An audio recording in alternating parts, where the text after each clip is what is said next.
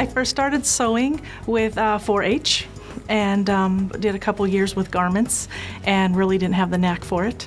But later on in life, as I had children, I started quilting, and that's how I started my career. I learned about Bernina at a local quilt shop. They had an inset of Berninas and had a little section over to the corner.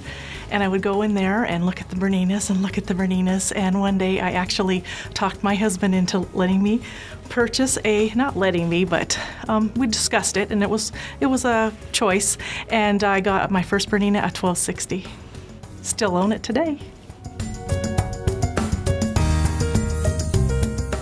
As the years went on, I got different models, and I think the 180 was the one that was life-changing for me.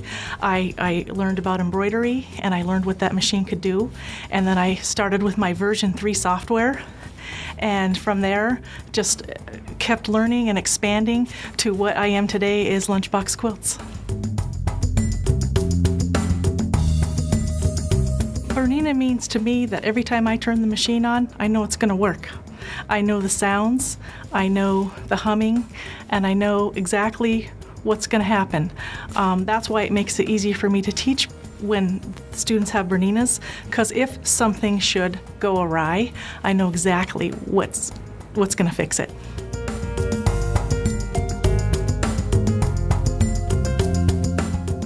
Well, my inspiration comes from, I guess, just everywhere, looking at wallpaper, looking at catalogs, looking at nature. I'm always thinking, I'm always making notes. I think on my desk there's just piles of papers where I've just put notes and made little sketches and things that I want to come back to.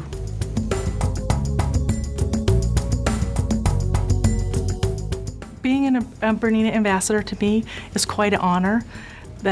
It's an honor that a large company like this would choose an ordinary person like me to represent them and use their machines. And that's what it means to me.